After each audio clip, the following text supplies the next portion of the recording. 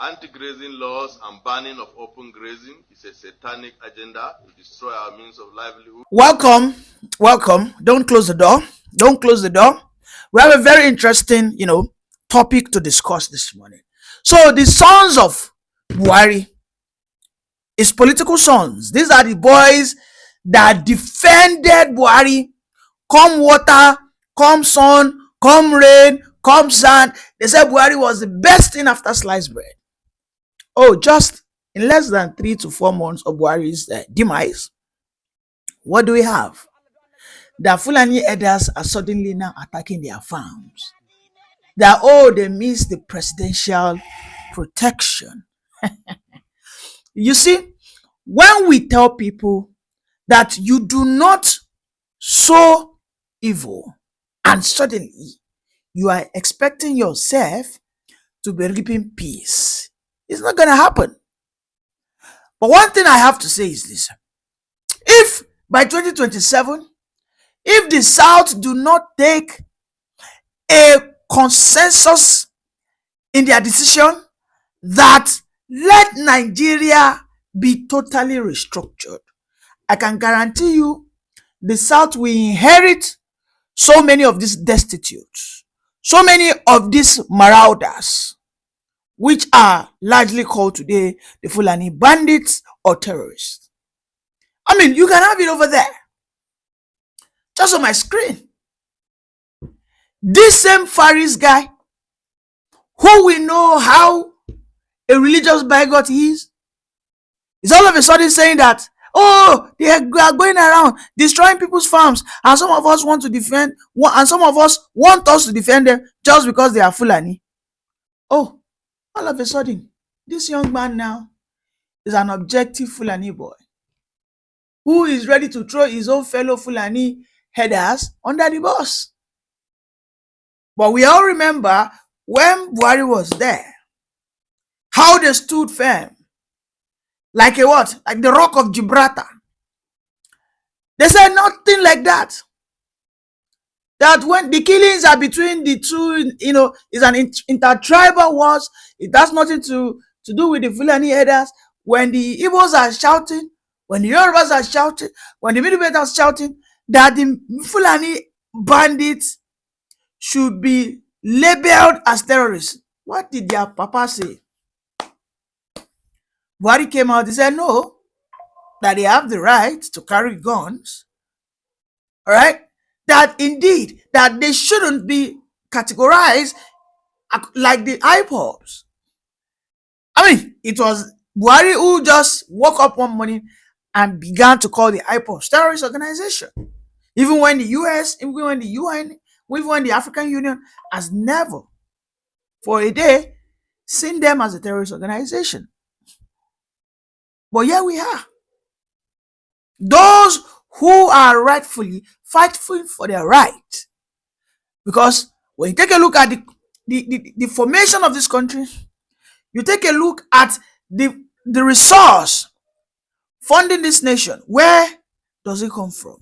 Majorly, it comes from the South. Now, whenever someone in the South, right from the days of Kensaruriwa, how Abacha pied him cold-blooded. What was the offense of Kensaruriwa? The Ogoni land cannot be the goose that keeps laying the golden egg, and yet they are eating like hands. That is impossible. It doesn't make any sense. That it is either Abacha restructures the way the resources are shared, or let them have their own Ogoni country. Now, waiting Kensaruriwa talk about the empire. But under Buhari, Shegumi was a very loud voice. Shegumi was a Voltron, the defender of the universe of the Fulani herders. We saw how at the dawn of Buhari's regime, from 2014 to 2016, we saw how the Northerners defended the bandits against Jonathan. How they told Jonathan, you attacking them, you are fighting our freedom fighters, but you are the one that enabled them. Now, the sons of Buhari, because their papa don't buy, all of a sudden remember that what those elders do is what we call destruction. All of a sudden, they found the word for destruction. All of a sudden, they are not comfortable that these headers are now invading people's farms. All of a sudden, they remember what is called presidential protection. Hypocrisy where they smell. I'm going to play a cassette, but before I go ahead, you see, I have always said it that perhaps maybe waiting this TINUBU they do. Any presidential candidate will get there. If you do not knock senses into the north, they will not wake up. There's so much entitlement mentality.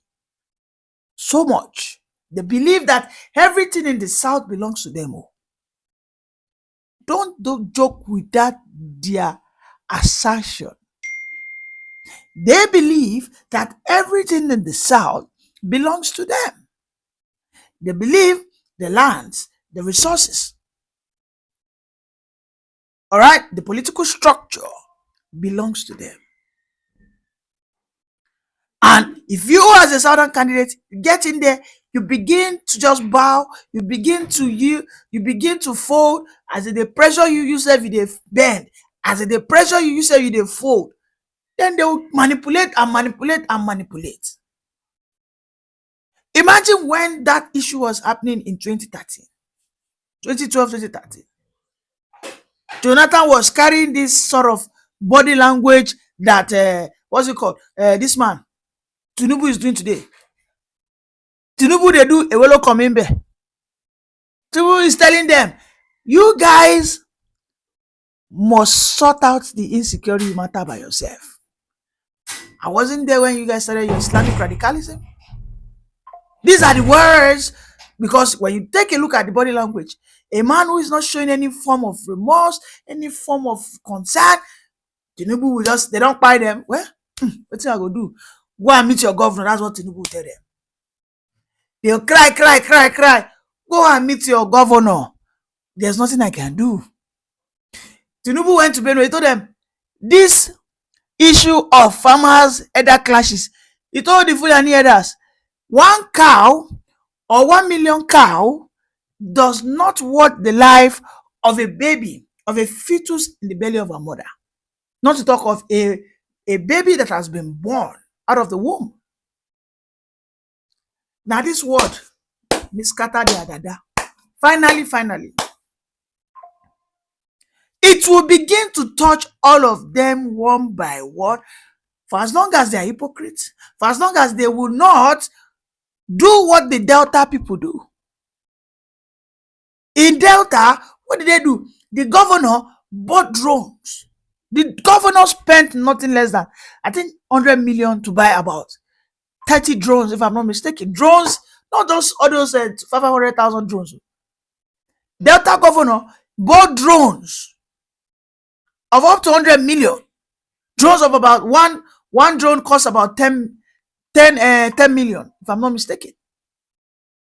This man, either 5 or 10 million, this man bought very, very powerful drones that can, hover around across the country, across the state for at least 5 hours. Those drones will not come down. And all of a sudden, we can no longer hear the issue of banditry in Delta. That is why you see that because Edo governor, Ekpobolo, that one is a northern stooge now. We all know his own case now. That one now boy for the north. Was that not why he ran to the north when Iromi incident happened? When the Iromi incident happened, he quickly jackpot to the north to go and beg Avemona no verse. Ajo, Emma Binu, he went to beg them. But look at what is going on in Delta. That is what TINUBU will keep telling the north, that I am not BUHARI. Your farm will not get any form of presidential protection. We all know that under Buhari was using, what's it called? Buhari was using soldiers, armies, to protect some certain farms. And I'm sure this boy who is crying foul now, his own farm must have been there. His farm must have been there. But all of a sudden, because TINUBU don't pull all the, oh yeah, Mokuna go, they scatter anything. You remember the last time I made a program? I said, Tinubu came out, he said, it is not that we tackle the northern insecurity and let South tackle the southern insecurity. So many people came out. They say, these that I keep saying nonsense, I speak rubbish. If at this stage, you don't see it, you don't smell it, that restructuring, that the end of this country is just by the corner. As the day goes by, we are moving closer to it. As the day goes by, we are moving closer to the restructure. As the day goes by, we are moving closer to the end of the Nigerian constitution, where Sharia is being protected. The Nigerian constitution where Sharia is being protected. No. No nation can work like this. When some people believe at every point in time they must get presidential treatment, mbano. We face it all together. If I'm defending evil, and you people do not have the capacity to stop me, and I believe because I am supporting that evil because it's my guy that is there, and when that guy leaves, and the evil falls back on me, then I do not have any temerity to come out and start crying. Hey, no. Shegumi all of a sudden now don't they cry. Shegumi now is not saying that Palestine, they've arrested Palestine ambassador in Nigeria. That these are the handworks of Israel. That this is what he has been talking about. Now that Nigeria has gone into collaboration with Mossad, that look, why are they arresting the ambassador of Palestine? And you know what actually breaks my heart? All of a sudden, I saw some people in Oyo State protesting for the release of the Palestine ambassador. My own state, Oyo, now wants to be a vassal state for the Fulani jihad. There's a serious problem. In Southwest, there's a serious problem, especially the Oyo State. You all will remember that it was in Oyo State that they brought the issue of Sharia panel or Sharia courts. That we fought. It was in that same Oyo State that some Muslim faithfuls, Muslim fanatics wanted to install an Alaafin for Oyo before Seyi Makinde intervened and suddenly brought this new Alaafin. The Oyo Mesi, who are all Muslims, wanted to go and anoint or coronate a guy who grew up in the palace of Sokoto Caliphate. But somehow, Seyi Makinde intervened. You can see how they are using religion. How? There is fire on the mountain for Southwest. But that is not a discussion for today. That is not a conversation for today. Let's listen to this Bauchi governor, how he is defending marauding elders. Let's listen to it together. Anti-grazing laws and banning of open grazing is a satanic agenda to destroy our means of livelihood. Laws will lead to a serious humanitarian crisis as families will be destabilized, market and economic livelihood will be disrupted. The laws will lead to massive cross-border migration that will create further security challenges for the country. Okay, thank you very much, Chamberlain. It's a pleasure meeting you once again. What I said in that context, I was addressing the media people. And the topic, the Fulani man is so exposed, dehumanized, demonized in fact, because he is being seen as a bandit. And so, anywhere he goes, his commonwealth, which I call his cows, have been taken and rustled, and of course sometimes they are fined beyond your imagination.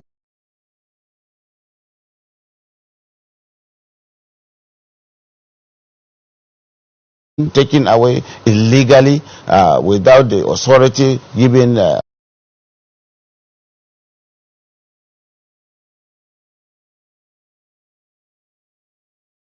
and then he has no option but to protect himself. We have so many vigilante groups in Nigeria, even at the level of government. Sub-regional groups, subnationals are establishing vigilante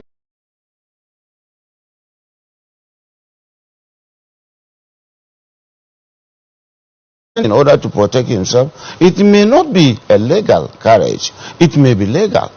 He may also register and carry it to protect himself. But it's a figure of speech to say, to show you the despondency, the desperation, the frustration, and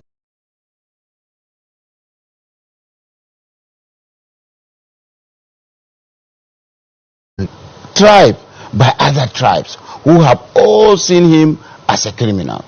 And therefore, he has the inalienable right to protect himself. You see, people can't protect themselves, but is there right?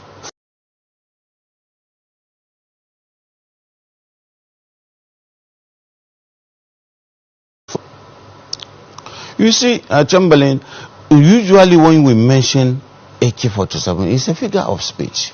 I mean, the issue is protection, self-help. You must protect yourself. You have seen the context with which I mentioned.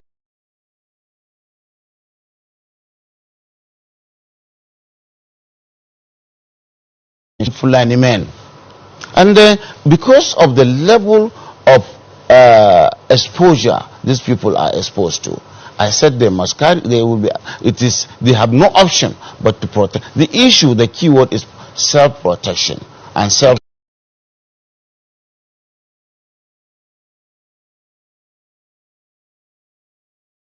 There must be some sort of approval. But what I am saying is not to legalize carrying of AK-47. I must be understood.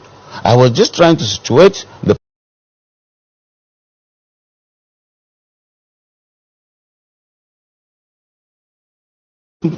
kings and queens, both from the local authorities, from the subnationals, and even from the federal government. Well, Your Excellency, what do you do in the absence of any help? It may you just sit down and sit down.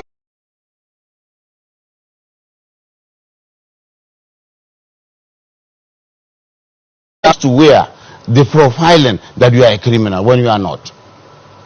But you see, you see what they call cattle ranch, not open grazing. You know, I think we Africans need to learn from people of Kenya. I'm in Kenya, guys, and I was just driving by and I saw this. I was like, yo, this is really amazing. So you are not worried about what the cattle will eat and all that. There is enough excess grass here. Excess grass. Not when you are rearing cattle, destroying people's farm. It doesn't make sense. You see the cattle very far from city. Very far from city. Nobody is feeding this cattle. Nobody is feeding the cattle. They are free here. They are not in cage. They eat whatever they want. This is how it's supposed to be. This is how it's supposed to be. You see them? You see them everywhere. Free cattle. Not open grazing, destroying people's farm. It doesn't make sense. We should be more civilized than this. You get to the point now, we should be more civilized than this. Nobody is here to watch them. Nobody is here to watch them. Eh? Amazing cattle ranch. What will it cost us to do something like this? We have the land. We have everything. We have the land. We have the resources. You don't need to feed them. See grass. See everywhere. They are free here. They eat whatever they want. No stress. Nobody is watching them. We need to learn from these people. I'm for real. Kenya, amazing place, man. Amazing place, man. I mean, Mombasa in Kenya, man. When I saw this, I said, yo, this is really something, it's what to emulate. We should emulate from this. Especially us, we Nigerians. We need to learn from this thing. Not moving cattle up and down. It doesn't make sense. Let's learn from this, our fellow Africans. This is not America. This is Kenya. Kenya. Man, bro, this is Jesus. Nobody is here to watch them. Nobody. Nobody is here to watch them. Nothing is here just to do this thing. Finish. Do the barricades. Leave them. They'll be feeding themselves. Simple something. Man.